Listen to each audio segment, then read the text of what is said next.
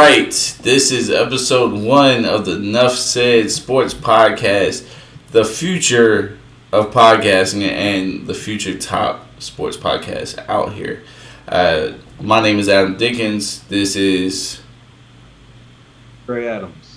Trey Adams, and we are here to F the scene up and show you guys what we're about. So, all right. With that said, let's get it started. You got topics up, or I'll go ahead and hit it off. Yeah. So the first topic, we kind of discussed it before. First topic being, starting from the past. So the Warriors losing and to the Lakers, and the Lakers getting swept by Denver. How does that loss to the Nuggets for the Lakers really show or emphasize the Warriors team right now? All right. So the question is how the Warriors look compared to, because the Lakers get swept, correct? Correct. My first, and I think a lot of people had this reaction, was at first, it looks really bad. I don't think a lot of people are thinking about the Warriors right now, but just in context, if you see the team that beat you get swept, off that, you think it's a bad thing. The more I thought about it, the more I just put it on matchup. And it took me down a little rabbit hole of why I thought it was a matchup thing. Is because I was wondering why the Lakers guarded Steph so much better than they did Jamal Murray. And I was thinking, I'm like, shit doesn't make sense. But the Warriors run off a two-man action between Steph and Draymond. And the Nuggets run off a two-man action between Jamal Murray and Jokic. And I was thinking, I was like, well, on that two-man action with Steph and Draymond, you really don't have to worry about Draymond. If he's screening at the top, like, no one cares. Like, you don't have to stay right on him. Whereas I think Jokic, the big guy on the screen, has to stay with Jokic up at the top because he can't hit those back, shots up at the top. And I think that's what they really struggle with. But I don't know. You tell me what you think. Totally disagree. I don't think it has anything to do with them. I just think the Lakers are just completely no. Heck no. That, again, everybody knows, like, you kind of touched it a little bit. It is matchups. But that's to say, like, oh, if the Lakers played the Kings, would that have been a better series? Like, no, I don't agree with that at all. I just don't. I just think I definitely think the Warriors would have won a freaking game. They wouldn't have came out there looking like, whoa, we were going to be here. Like, the Lakers felt like they beat the Warriors, so it's just like they were just going to be given the freaking Western Conference. No, hell no. Hell no. So I don't. Question. So do you think that the Lakers just wasted a spot? Like, they did a whole bunch of work against the Warriors. Absolutely. They should have let the Warriors win. If that was the case, absolutely. That's funny. That's funny. That was a waste of a series. Y'all put all y'all heart into that game like it was that series, like it was the Western Conference Finals, and it wasn't. That wasn't the best team. The Warriors did look like shit. Everybody knew the Warriors looked like shit. They just got back to even being a team. Like, Andrew Wiggins ain't even been back a month yet. No, they were not completely themselves. So you beat a dismantled Warriors, and I don't think that takes away from, like, again, if the Warriors that bad. I think it does say they weren't themselves. I 100% agree with that. But I don't think the team needs a whole breakdown, even though that's going to happen. But we'll get to that at a later segment. Yeah. That's going to happen. But here's another factor, though. I'm going to throw in a wrench, and people blast me on TikTok. But I think a factor that does matter is, okay, if I'm a team and you know how Steph runs around the fucking court, like, you are chasing this man, he's like a rabbit, and you're doing that it won 6 games, right? It won 6 games, the Lakers Warriors series. So imagine if you're Reeves, you're Schroeder, you're D'Angelo Russell, you're chasing him around for 6 games, okay? Now, and you gotta fight through these screens, Draymond and, like, the video compilations of his illegal screens. You gotta chase more on that. And now you're telling me I go into another series and I gotta chase Jamal Murray, which granted he's not Steph, but, like, I gotta run through Jokic to get through the screen. I can't go under because Murray showed them what was going to happen. And so they're putting all this effort in it. And I think they were already tired. Like, just going into that Nugget series. And I think it does matter. I don't think that was the defining moment. Like, I don't think that's why they lost. But I think it's got to be something to it. You know, you running miles a game to just catch. Yeah, they not coached. They're horribly coached. It's LeBron coaching as a player coach, and the coach don't know nothing. It's no. It's them losing showed that they have issues that they need to deal with too. Clearly, again, they wasn't supposed to be there. I'm glad they beat Memphis. They wasn't supposed to beat Golden State, but they did, and it showed getting swept. We ain't talking about 4-1, 4-2. We talking a clean broomstick. No, that was atrocious. And every LA fan, LeBron fan, would say the same thing. That was atrocious. And that was a waste of a Western Conference spot. And now they think that they should be there next year, and they really shouldn't. Now, again, if they get upgrades and stuff like that, maybe they're contenders again. But this year, no. They definitely overachieved their expectations. I definitely would say that, hands down. Well, I think the beauty of that Lakers team, and this is the last point, then try to move off and keep going. I think what was beautiful about the Lakers is that during that Warrior series, and who they fight before that? Not fight, Grizzlies. But the Grizzlies. I think during the Grizzlies, and I think also during the Warrior series, is because they were such a new team that got pretty much built themselves at the trade deadline, is that they were learning who they were. I agree. You know, they especially that Warrior series where, Vanderbilt started guarding them, and they, Rui, he kind of started coming into his own. Reeves really started having his first superstar moments in the playoffs. Hey, we're gonna get to them in a little bit. But I think they were just learning themselves, and so I think the hype started coming because they're and they started to really believe in it, and I think because they were so newly put together, they really just started to become who they were. I think that's where some of it came. But since we are talking about LeBron, we are talking about the Lakers. Let's talk about the fiasco. Not really a fiasco, but this whole LeBron retiring. What start us off? Perfect leadway. That was the next. He has decision to make, and honestly, it impacts. I'm not gonna say the league, but it impacts the Western Conference obviously tremendously. The decision to, if he actually wants to continue playing, to try to play with his son, and how that's gonna unfold, whole other topic.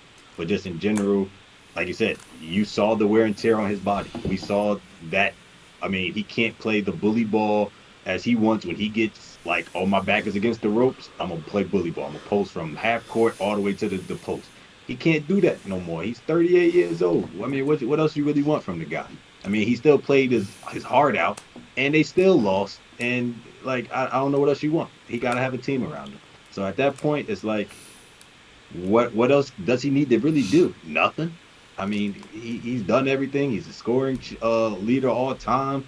What else does he really need to do? His only other goal is to play with his son. Other than that, go home. Go home. So, do you think he's going to retire now? Or when does he retire? He's going to play with it. I feel like he's going to play with his son. I want him to go home, but I think he's going to play with his son. I think he's going to play. I think he's going to play at least 2 more years. I do. I'm going to expand the question just a little bit because I think it's a more important question, to be honest, than what we're talking about. But it's we're going to get to it. I don't think he retires. I think he likes effing around with the media. I think he likes staying in front. Because right now we're talking about this more than we're talking about the Nuggets. Which I think is hilarious. I'm probably one of the biggest LeBron fans out here. But, the fact that we're talking about that, and no, we're not talking about the Nuggets' first trip to the finals. I think he knows what he's doing. He knows how to stay in front.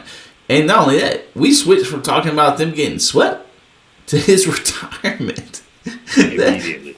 That's a lot of manipulation. That I don't know if he's doing it on purpose or what. I would assume he's doing it on purpose, but it makes him seem super smart, very media savvy. But no, I don't think he'll retire. I think he's just kind of effing around with all of us. I think that a lot of people don't talk about is that he has this ankle/foot injury. I think he's getting some type of surgery, and I think that affected the series. And I think the longer it went, the worse that was gonna get. And if he's gonna retire, I think that was a good last game. But I think his ego doesn't want to see him get swept. Like, no, who wants to get swept? And like, all right, well, I'm gonna call it, a day. Now, God forbid this man announces that he's gonna go play golf for a year or baseball and come back. It would be, if we're thinking his retirement is a big story, that he would get beyond bashed, and that's another story is that Jordan didn't get bashed for it, but that's another point. But I think the biggest. I'm not. Go ahead. I'm not opposed to him taking that year off. I'm not opposed to it. I could see that. I could see him saying not necessarily doing another sport, but I could see him taking a year off to get full recovered completely. Because now all of a sudden you got these reports, which we kind of knew already, lingering about his foot and things of that nature. Him not being 100%. So we have these reports coming out like today. This stuff was coming out. So again, and we kind of knew he wasn't 100%. Some of it I did think it was more just his age than his body. But again, it's whenever somebody loses, we all know there's injuries everywhere that come out of the blue. It happens every sport. Every time somebody great loses, it's an injury. Let's be honest, it happens. Yeah. I mean, it was, especially when you're playing at that level, the highest level, you're going to get those injuries, and I think that's the biggest difference. The question that I didn't want to skip over is, and what I wanted to bring up was, we're talking about, LeBron wants to play with his son. And he brought this up earlier in the week, and people kind of glossed over it, but I think it's so much of a bigger issue. What if his son doesn't want to play with him?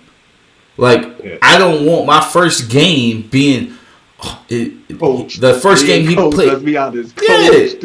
Yeah. I don't want the headline for my first game to be LeBron's son, which is going to be that anyway, but like LeBron plays with his son for the first time. Like, no, like, of course we're not in Bronny's head, but like, what if he doesn't want to play with him? And it's all about what LeBron wants. And I think LeBron made a good point. It's like, that might not be what he wants, and that it probably ain't. Like, I think the more we don't think about what Bronny wants, the more we go into like LeVar Ball territory. And I don't know if we really want to get to that point. No. And I throw it back to you as far as, what you think about. No, I agree. Like I said, when he said that comment earlier this week about he doesn't that's his goal, but might not be his son's goal. And for him to say that, either, in my opinion, two things either happen. Maybe a conversation happened behind closed doors that he maybe didn't want, or that actually took place, and that's him speaking for it.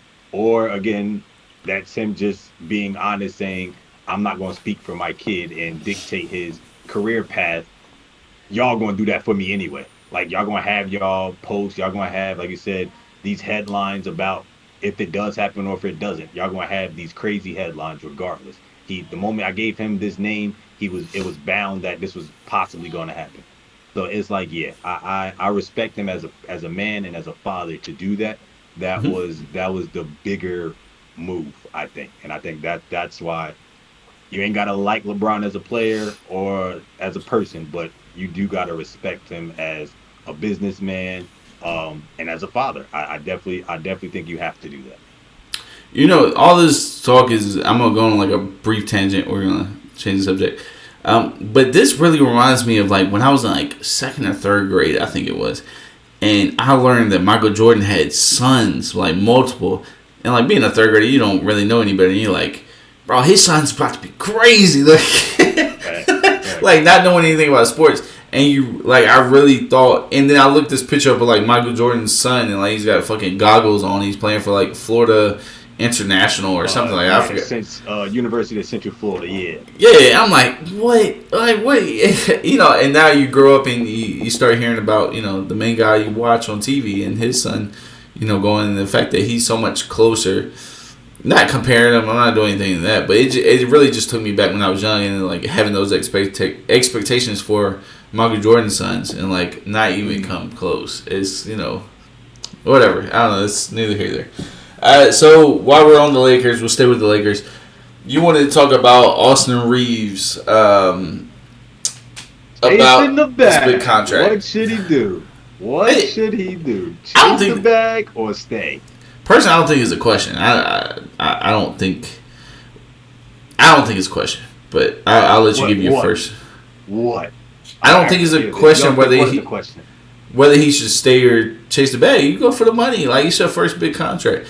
And the Lakers have proven that they're not gonna amp up that big money for those, for those players that stay with. They just rather just kind of let them go. Like the Alex Caruso situation. Like, we all knew what the fuck was gonna happen. We knew he was gonna make big money. We knew he wasn't gonna stay with the Lakers, and they didn't want to pay him. Personally, I don't think they should pay him. I'm okay without Reeves.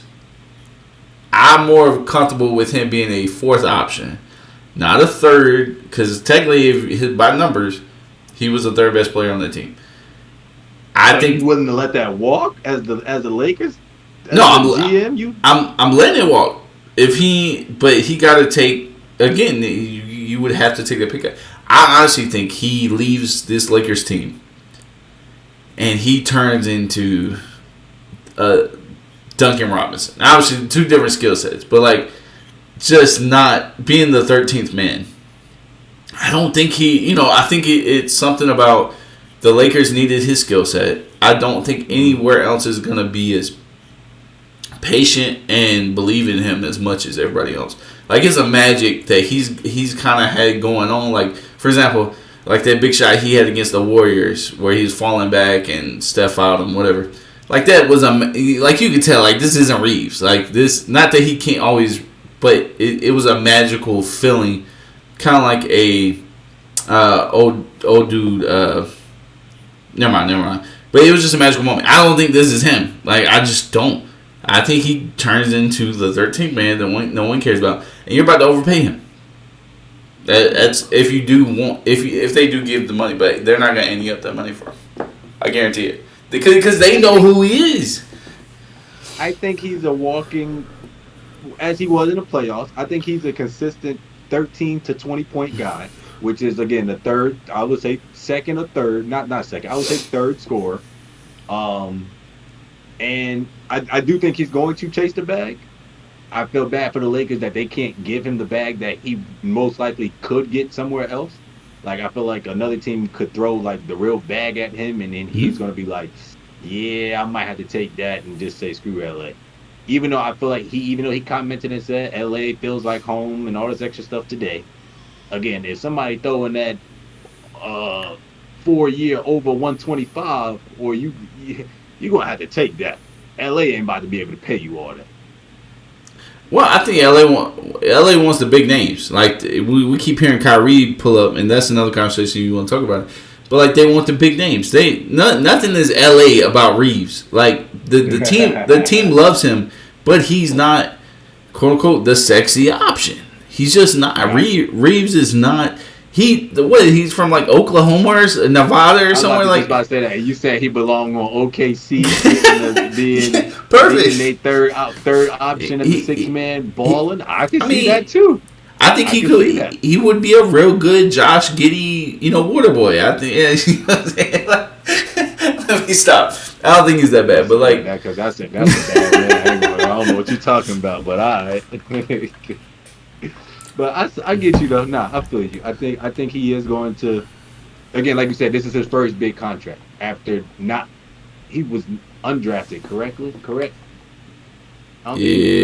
No, I think he was undrafted. I think you're right.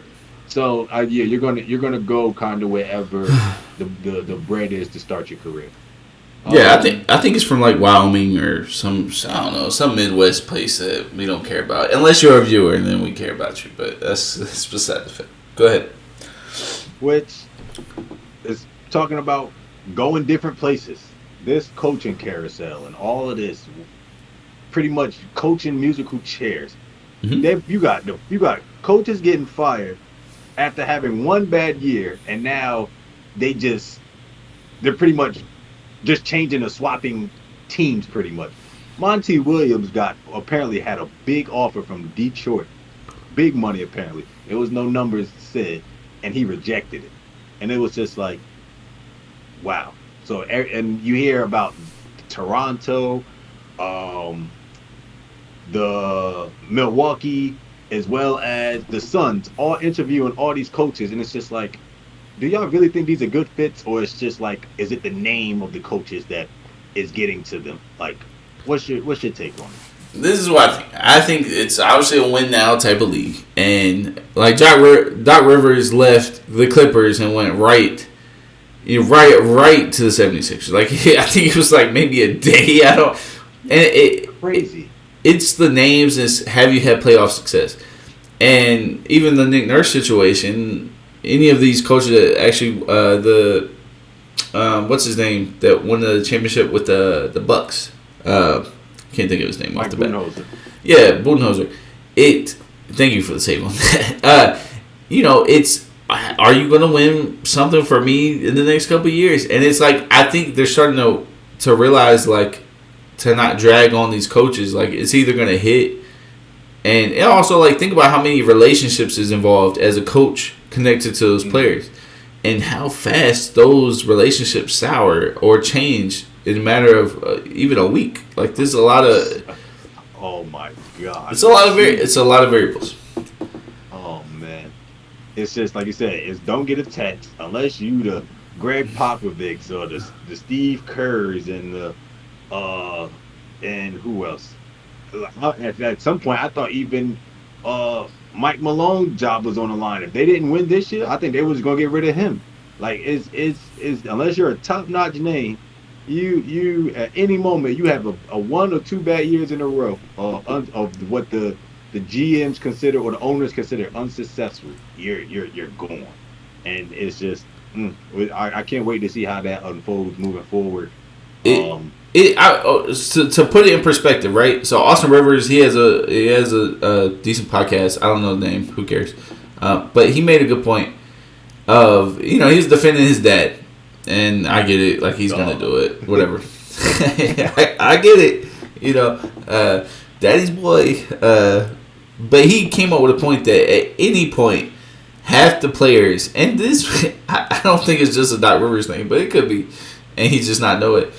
But I mean, he's traveled on enough teams. No shots taken out Austin Rivers. He's traveled to enough teams where he kind of gets it. At any point, half the players on the team hate the head coach. That makes sense to me. Is that his whole point was like those players feel like they're not getting enough minutes, and that's why they hate the coach because they know they're about to get booted out, cut, whatever it is, because they're not getting the minutes, so they don't feel like coach knows what he's talking about, and. And some of them it's their contract shit. That's why now a lot of the players is when they're signing, they're being told they're going to get this role that it's kind of attached to their contract.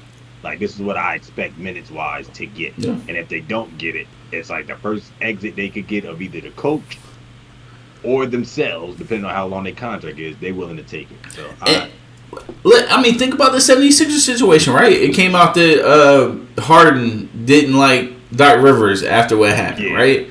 Yeah. Okay, let's just say half the players already don't like you. Okay? Now all it takes is two players in the starting lineup not to like you, and you got 75% of players that don't like you. And of course you're probably gonna get fired. If 75% of the team don't like you, you're probably getting fired. It's unless you have results at the end of the day. Especially if one of them is one of your stars. If it was Embiid, it would have happened a lot sooner. But because obviously being a free agency summer for James, that's why it's definitely like they want to keep him obviously, but they also know they're going to have to throw the bag at him to keep him. But Speaking of coaches getting fired, let's talk about this Celtics team. Yeah, that if they let that man go after one season, I would be like, this is absurd. Like, I get what happened with Udoka. They couldn't control that. That was him. That was him. Clearly, it wasn't even a whole year after the situation and he got a job. And they talking about letting this guy go just because. I mean, not just because they are the what 2 seed. They losing to the eighth seed. Oh yeah, the eighth seed. I mean, yes and no. I don't know. Tell me what you think about your what you seeing from Boston under this system right now. What you This is think? this is what I think. I think you're not gonna see this coming. I think that this man Jimmy Butler is a team killer right now. Think about it, right? Think about it. They beat the Bucks. Bucks like we gotta fire the coach. You know what I'm saying? Like, Wow, they go I didn't even against think of it that way. the Celtics. Okay, we not even two. The sound was coming out. The drama was coming out at game two after they're up, and they already talking about firing the coach. Like this man Jimmy Butler is really ruining like entire futures of teams that we thought were set. Like coming into this year, we thought the Bucks were set. We thought the Celtics were set to really keep doing this for years on end. And within 2 to 3 weeks time, Jimmy Butler just comes through like the Grim Reaper. Like the Grim Reaper meme where he walks by the doors and it's like the pictures. That's what we're seeing right now. And part of that is a joke, but part of that is serious. No, it It is. It it is. I agree is with that because if you think about it, like you said, think about who they played in the second, the Knicks. They're about to get rid of Randall. He's gone. Like they just exposed them. So now they like, all right, this is the person that made All NBA third team, and because you got beat by one guy, it's like you said, cut through, gone. It's coaches, players. He's like you say, the team. He's dismantling them by beating them. He's getting rid of them, and it's just like one guy can do so much. and this is what I compare it to, right? I'm gonna describe a movie. Okay, the movie it takes place at your local rec, and these AAU kids, they think they're fresh as hell. They got the new sneakers, the arm sleeves, and they feel fresh as hell, right? They get out and they get up on the court. Next thing you know, Uncle Jimmy and old Uncle Jimmy and his old friends pop up at the court, and because they got the experience, they got the moves, and they just got that old head mentality of I'm about to grind it out with you, and you're not ready for this. You think you're ready because you got the nice shoes, you got the nice mentality, you got Big year and all that. your coach is telling you you're hot shit, and then the old heads pull up and wearing double knee sleeves and a headband, and they just make you look crazy, and they really make you think like you're not ready for what you are. Uh-huh. And that's what he's doing to these teams. Like he is, it was cute last year because we saw the Celtics beat them, right? Now it's not because he's getting his lick back, and nobody likes it. Nobody likes the guy who gets his lick back. He's killing them. He is killing them, and that's why, like and it's coming up to, we're gonna talk about it. Just I'm torn between do I just want them to end it already and get it over with, or do I want to see this miraculous comeback that's never been done before? I don't know what I want with them. I don't know what Before that before is. before we get to what we want, what do you think? Why do you think the Celtics are? Pretty much, what's your thoughts on the dynamic between Brown and Tatum, and why do you think this is happening? I've always said this, and people get on me for it. I've been said Jaylen Brown need to leave. I did. I never thought them with that duo would work. I think their play styles is too similar. I think JT is the number one in the face of the franchise, and Jaylen Brown can be the face of a franchise. They're both two-way players. Um, they both not necessarily need the ball in their hand, but when they do get the ball, they can create their own. They like Jaylen Brown can be a number one. I when I watch him play, I get excited watching him play more than I do Jason Tatum. Honestly, I really do. I think he can be a number one for a team. If you put him on the Houston, and let him ball out, and put the pieces around him, I think they can do crazy crap. Like I know, like let's say the Thunder, I know that would be a long shot, but if they were to somehow be able to get him, they're contenders immediately. Yeah. Like I think he's a number one, and I think JT is because it is his team. It was given to him. Yeah, he's a bad dude, but Jaylen Brown ain't no slouch neither. And I think if you was to give them both the same uh team dynamics and everything, I think you wouldn't even notice the difference. I really do. I agree with you on the level of that they're both number ones.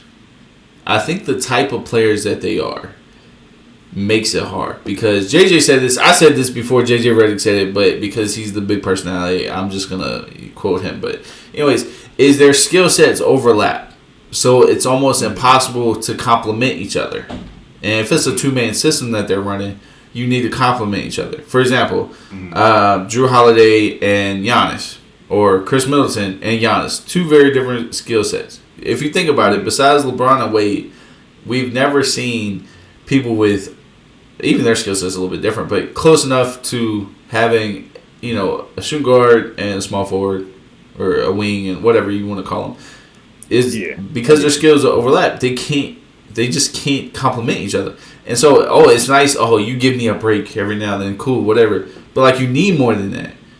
I need something to really enhance your looks on the court. But instead, we just taking turns at who's getting the ball. You know what I mean? And so that's the thing for them. That's the thing. Like I feel like it was the other day when Jason Tatum was having a bad game. He was cold as hell. Like he was horrible. I can't remember what game it was.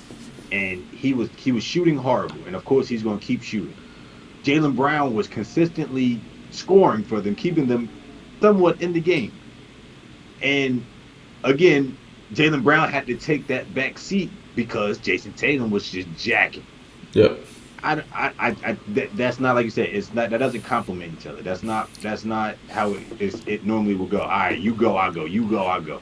If Jaylen Brown's going for 40, I still think Jason Tatum would try to go for 42. I don't think he'll allow him to go for 50, 60, 70. But Jaylen Brown would do that for Jason Tatum. And I think that's where, in my opinion, that's where Jaylen Brown understands this is his team. Even though I can be that guy, y'all don't want me to be that guy. And that's why I'm going to walk this summer. And I think because their skill sets overlap, and I think JJ said this too, but whatever, I said it first, I don't give a fuck, is that because their skills overlap, no one knows their role. Mm-hmm. Like, they're forcing the roles, but if you don't believe, and I think this comes down to coaching, and actually why I would get rid of, I'm going to say his name wrong. How do you say the coach's name? I'm going to mess this up. I don't even know that sucker's name like that, but yeah. Mazzulla. There you go. Mazzulla. There you go. I was scared I was going to say like mozzarella or some shit. Anyways. Mozzarella. Is that I think that's where coaching comes down to. And for example, I'm kind of going everywhere, but the reason why Steph and Clay complement each other was because Clay's main focus when they were really popping off was Clay was guarding the best player on the opposite team, and he would go to start the fast breaks because of his defense. And it really, like, Steph be already open on the other side, like, just spotted up, and it worked. And they both could work off the screen action. They could both give each other screens, and it just worked like that. And they complement each other. They were already hot. You didn't have to wait for Jason Tatum for 15 shots for him to get hot. They was already hot. Exactly. They really complement each other. But specific for the Celtics, they don't know the roles. Like, they're kind of forced into it. It's like, Tatum's the guy. Brown, we just want you to take over when Tatum's not, want to jack some shots up. there's no role for that. There's nobody specializing in defense, which to me, Tatum should be the specified defensive type guy in that situation. My thing is, Whoa. go ahead. Jason Tatum's a better defender than Jaylen Brown? I like his size more than I like Brown, but go ahead. What? That's me. I'm fine with it. Oh my! I thought I'd never hear that, and I could be the crazy one, but holy crap! I mean, because this is also my thing. At the end of the day, if Tatum's more equipped to set those screens for Brown, if they really wanted to, and I think Brown's more electric on. Let's just say Tatum gets the turnover. This is just rolls. If Tatum gets the turnover, okay. Am I trusting the fast break to be started by Tatum, like to already be down the court? Am I trusting Brown to already be hauling ass down the court? Tatum, we already know what he loves. He loves that slow half court defense where he going. What am I gonna do? Hit my little sidestep. Like we already know what he's about to do. You know what I'm saying? Like we know what he's gonna do. And I just think that Jaylen, if anything, to make the best of what it is right now, and my one criticism of Jaylen Brown was the Warriors really took advantage of him last year in the finals because they knew his handles were a little loose or he just needed to get thrown off a little bit on his rhythm. Actually, they were pushing him left because Draymond felt like that was his weak spot as far as getting pushed left. And it worked. So that was my criticism of Brown. But not everybody's got the defensive prowess of the fucking Warriors, and that's not going to be around forever.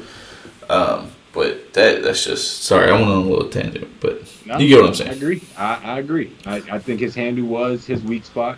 And I think Gary Payton II did a hell of a job last year in that finals being him. And he exposed it, and I feel like he's been in the lab this year with his ball handle. And I think again the defensive dog that I see in Jaylen Brown, I think he has more of it than Jason Tatum. I think Jaylen Brown wants to be the one, like Jimmy Butler in a way, to go playoff Jimmy, that he'll be the best player on the team as well as going to go score the points. JT. He'll be on the shit where he'll just be like, all right, I'm going to slouch on defense a little bit, rest, and then just go all out on offense. That's why I would call Jaylen Brown more of a two-way than Jason Tatum.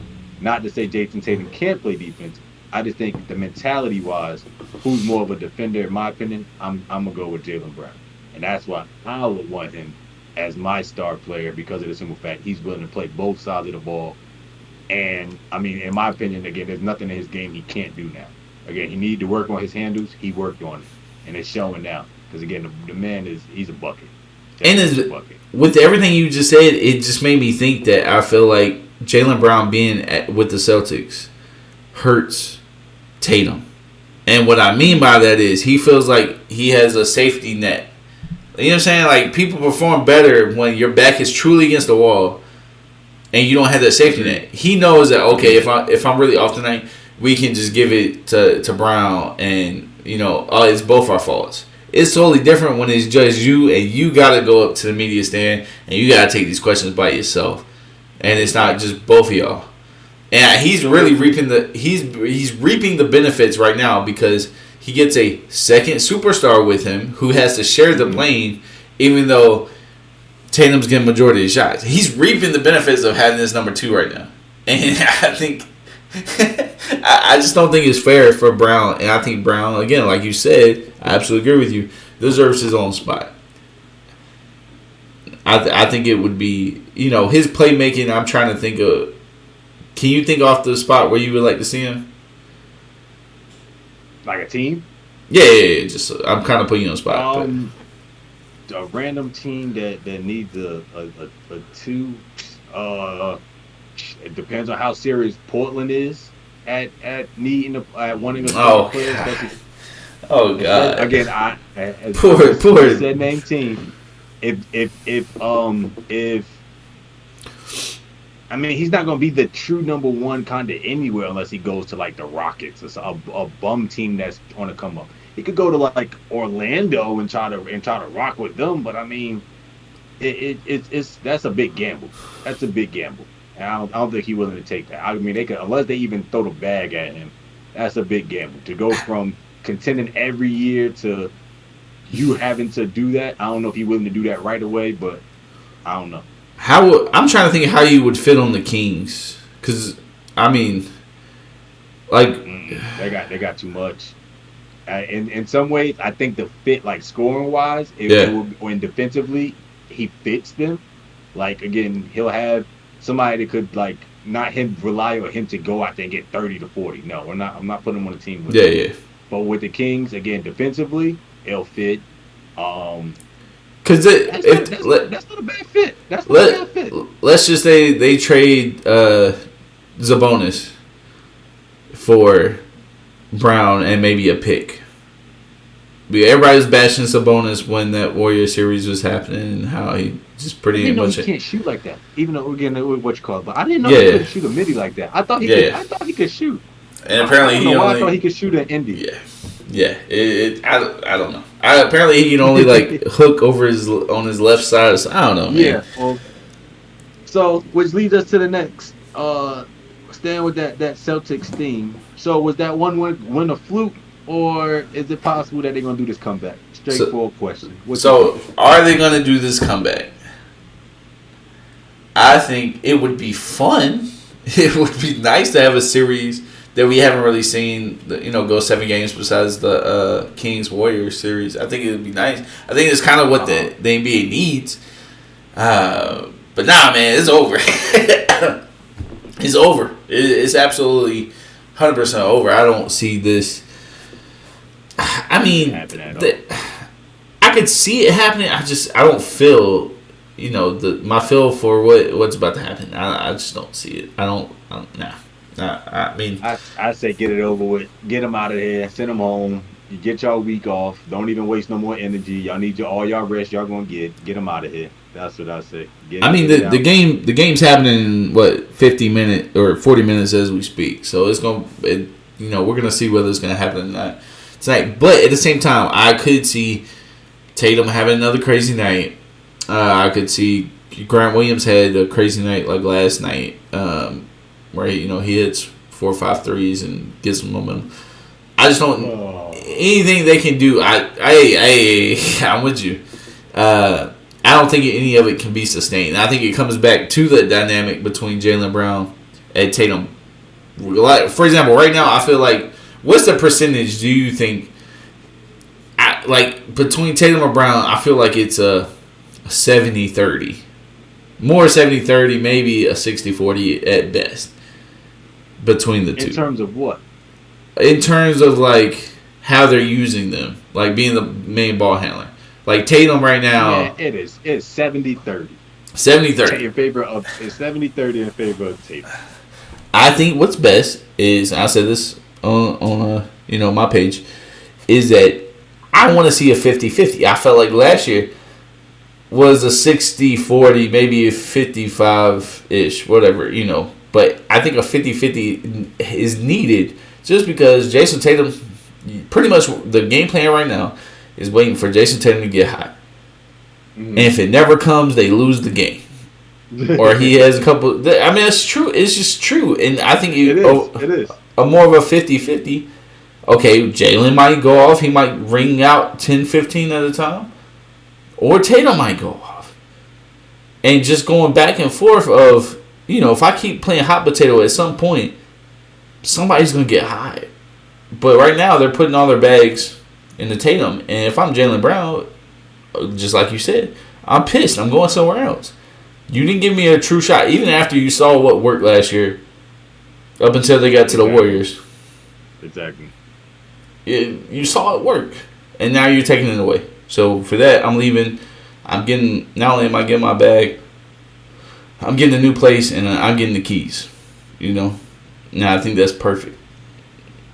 And I think he kind of knows. I think the team knows it, and that's why it was so bad like 2 games ago when they kind of was like, we're over it. We're just sitting on the bench. Like, we'll just take this loss, and I think they all know it. Go out ways with it. But let's see what we got. You want to just stick to NBA this this up Well, here? I mean, yeah, I'm down for whatever. We got time. Hold We on. got a Okay. good. One subject I really want to talk about. Let's just say that this Celtics Heat series is over with and he wins it. And I'm going back and forth. Let's just say hasn't happened yet, but it's the Nuggets versus the Heat. Mm-hmm. I'm really thinking this over, and my first reaction was like, I have to be a believer in the Nuggets at this point because I doubt them in the last couple series for whatever. We'll talk about it a different time. But Disrespect. the more I think about it is, they talked about Jokic having problems with Dwight when in the bubble. The closest thing we got to, Dwight at the point he was at is a Bam, and I think that type of matchup really he's gonna struggle with. Not struggle. That sounds bad, but I think it's gonna stop him or slow him down more than any other series possible because the athletic, like for example, Anthony Davis, we know he's mentally weak. He can have every other game. He might have a good game, but we know Bam isn't gonna be. Bam's got dog in him. And he doesn't get it from Jimmy. He's always had it. Bam's also a North Carolina native, but that's neither here nor there. Bam's got the dog in him, and he's athletic. He's not afraid to. He'll bump with you all game. And Jokic hasn't had that, to be honest. He had DeAndre Ayton, weak. Had Anthony Davis, weak every other game, or mentally not here, checked out. Like, I just think Bam, if anything, is going to give the Heat the best shot. Just because he's not going to stop. He's got the dog in him. I'm still thinking about it, though. But go ahead. What do you think? I understand and respect that idea. I do. I'm gonna say that with the utmost respect. But that shit ain't gonna work. That ain't. I'm sorry. AD is a better defender than Bam, even though again he's been playing like dog water. And for instance, Joker is gonna keep going down because when he's in attack mode, as we saw, he's gone. He's gonna get to his post and he's gonna get you in foul trouble. So the moment Bam gets in foul trouble, who you gonna have on him? You gonna throw Jimmy on him? Then you No, gonna you leave. can't. Yeah. So again, who's the backup big for Miami? That's gonna, even when Bam isn't tired and he needs a break. Who's the other big? Kevin Love? Nah, I think regardless, that matchup is not in the Heat's favor regardless. And I think the Joker. I think my man takes it. I think he that man's been balling. He should have won MVP. Different topic, but he said, y'all ain't give me regular season. I'm gonna go get this finals and show y'all I was the best player this league in this year in this league." I'm gonna play. Go ahead. I'll let you finish. My bad. Nah, and he out there trying to prove something. That's it. That's all I was about to say.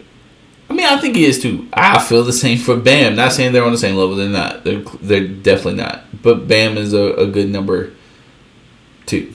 I really believe in him.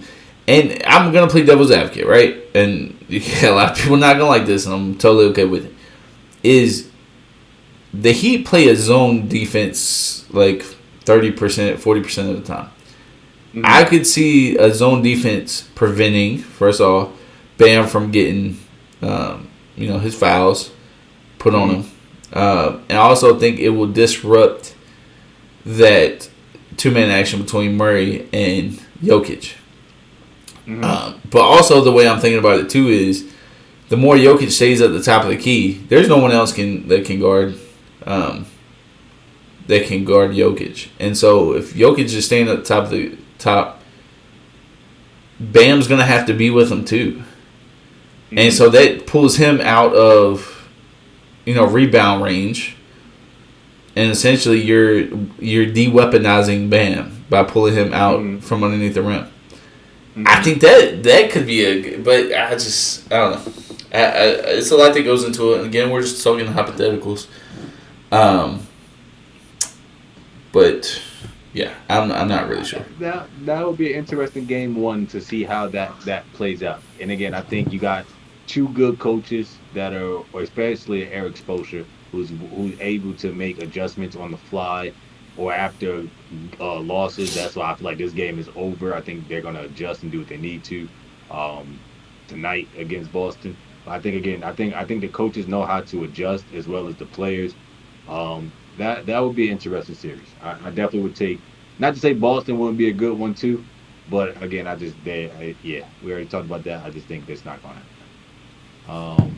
But I'm curious to see how that plays out, and we'll touch that topic as we go along. We'll touch that or revisit that. It's definitely getting ahead. Yeah, I don't know. It's. I think. I'm trying to think of a. What? Okay. What's your opinion on Jamal Murray? While we're here, extending this out a little bit, so we ain't got to go to the NFL topic chat. But next week we'll be. Mid God, I mean that little 2 man with the fade midi, that shit is beautiful. Like that's fucking poetry in motion. That's the old Chris. That's the Chris Paul and not passing wise, but that midi is that same shot is beautiful. I think he's a freaking microwave, and he's been consistent enough for them obviously to get to this point. And I think he was trying to he had something to prove. That injury he had last year, everybody was saying the bubble was a fluke, and it was just that was his come to a superstar moment. But again, he ain't have nothing like that since. So I think him and Joker are perfect for each other. I think that like you can't get any better than that. I just think the only thing he needs to kind of work on is continuing to get other people other than the Joker involved, because when it's just them two, that's when things kind of, if the team buckle down on just them two, that's when things kind of get out of hand. You saw that in the series with the Lakers. Their little comebacks in the fourth quarter is when they get to their just, all right, it's just us and get out of our way. That's not how y'all got the lead. Y'all got the lead by Michael Porter hitting crazy threes like he always do. Your role players getting playing time and getting the ball, not just being out there to play defense and rebound. Like Yeah. I definitely think Jamal is a scorer. He just got that other aspect he got to do is just continue to keep everybody else involved.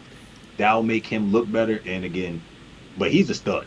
I mean, he's a stud. It. I like him so much because he weaponizes that midi, and then he'll weaponize, his 3-2. He goes back and forth to just. I think he kind of is an option for him when he's using that screen. I think it's super powerful, and his decision to go either or, I think it helps out a lot. To me, it's super impressive when he can take the game over when Jokic is having a quote unquote bad game, which is still like 25, 10, and 8. Like it's a bad game for Jokic. Yeah. Is him still be able to take over? I think it's super impressive, and again, their games complement each other. Where compared to another couple we know in Boston, it's like they just purely complement each other, and I think what makes them really good, what makes the Nuggets so good, is that they have all these, I guess I'll call them wing players, but you've got the Bruce Brown, right? You've got Michael Porter, you've got KCP. That all can do are utility players that can do all types of things. Like they're not just they're not just like a Duncan Robinson where, sorry, Duncan Robinson is taking some shots today, but I don't know what you got against him, but it's cool. Like he is cool. I can't criticize him for stop making podcast episodes as soon as his career took a dip. That to me that's a little whatever, but I'm not gonna criticize him. Anyways, back to the point. Is they have these wing utilities that can do everything from setting even more screens to pulling up from 3 to, they play good defense. Like none of them are a real liability. And I think between the 2-man action and then you just have these 3 or 4 players that can literally just do whatever you want them to do. Like you remember when for a minute when the Cavs had JR. And they had Iman Shepherd, and they both got him from the Knicks. I was like, yeah, that's a little. Oh, and they had RJ at the time. They had RJ Richard Jefferson, yeah. Yeah. And I'm like, dude, that's a lot of the same, skill set. But because they're just utility side players, Mm-hmm. you can afford to have them. It's almost like you're just swapping out parts. And I think that is such a beautiful thing. I think that's the Lakers kind of like that as far as size between, they're, I don't know. They did it with their guards, but yeah. Anyways, this is a whole nother point. I agree. I agree with that, and that's why I like that. And I mean, you have you have the veterans being Caldwell Pope, like you said, Aaron Gordon, even Michael Porter's expanded his game, and now he's like a freaking. He's been averaging over like 6-7 rebounds a game last series. So again, now you got all these people doing like their job and more. It's just again and they're a unit. Like you said, they're star players, their most unselfish player, and they all thrive off of that. And I just think they're a well put together team. And I'm not surprised that they how they got to this point right now. I'm not surprised. It was only a matter of time. And I still think they could go further if, for instance, if Michael Porter was 100% consistent. And I'm a fan of him. I don't get me wrong. Watching him shoot is just like, dude, you are 6'10", and you have this high release. Yep. You can score at the fact that you dropped to the 15th pick in that draft was still mind blowing to me. But Yeah. I get the injury history and all that. But it was just like, dude, you should have been a Knick. I'm not even gonna hold you. You should have been a Knick. Yeah. You should have been a Knick. I mean, even on top of that, they got Aaron Gordon jacking up threes, man, and being efficient. No one thought that was gonna happen. That's not even his real role, but they want him to still get his shots. Who saw that coming? Who saw that coming? They're well put, and like I said, I love watching them play. Other than when they get into that 2-man game too much, I don't like that. But again,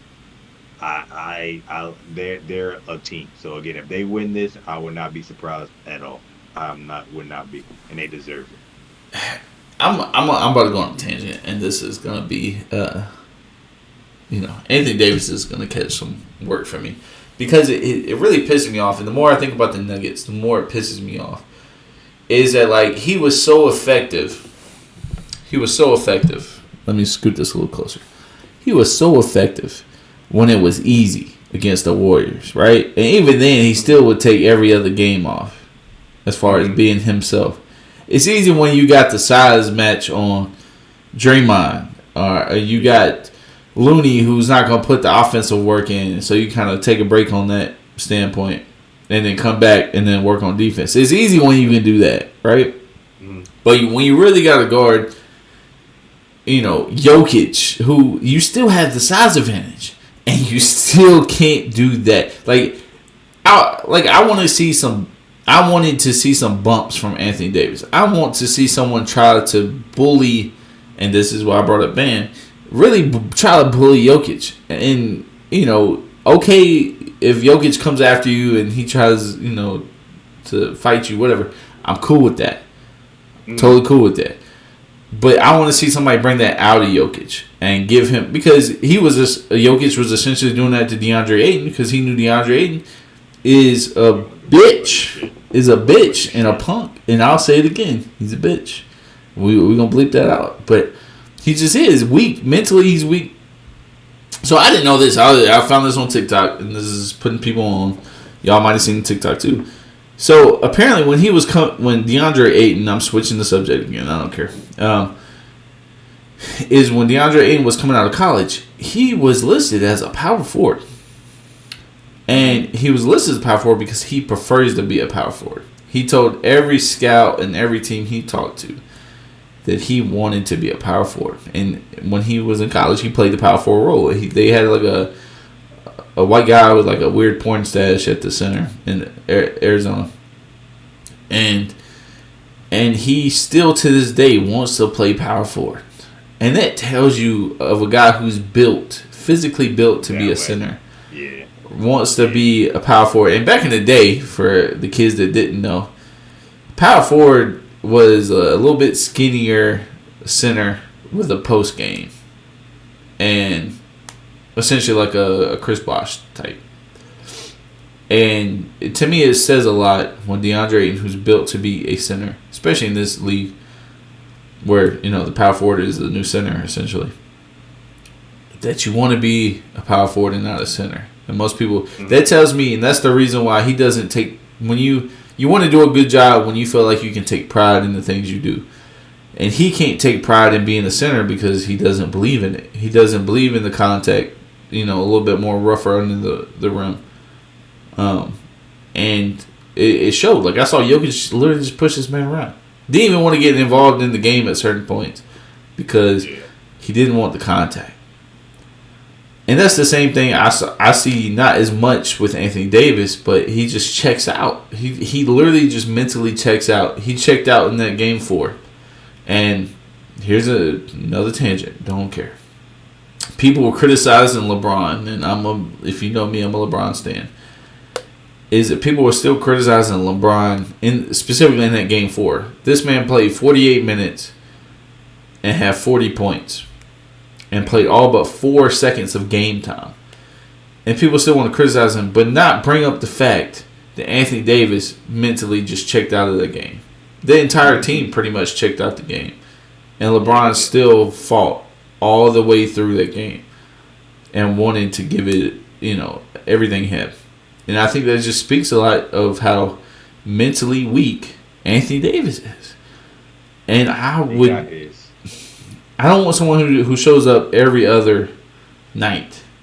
I want someone who's there every night who sees, who licks their lips at to line up against Jokic, who wants that work, who wants the opportunity to go against a former 2-time MVP. And I just don't think that's Anthony Davis. It could be the money, it could be just mentally, whatever it is.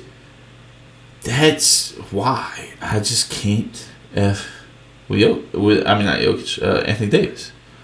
It really pisses me off. I don't know. What do you feel about Anthony Davis? I think he got his ring, and everything else is history. And I do.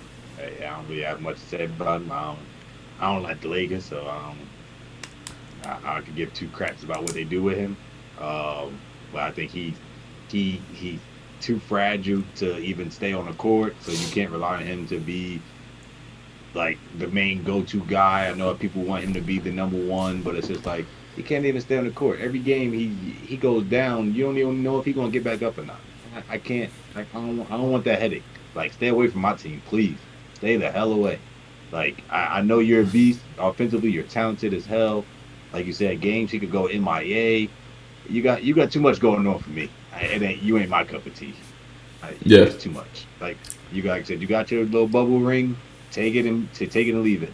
But just get your money in LA. But stay away from mom, please. Yeah, I do find it shocking that after the incident where he got hit in the head, and they had to roll him off in a wheelchair, we never heard that conversation brought back up again. He played the next night. And he's back. I find that a fucking problem. I don't know. He's made out of play though. Safe to say we're gonna wrap this up. Yeah. We hit every topic we needed to. So yeah, you could wrap this up for us.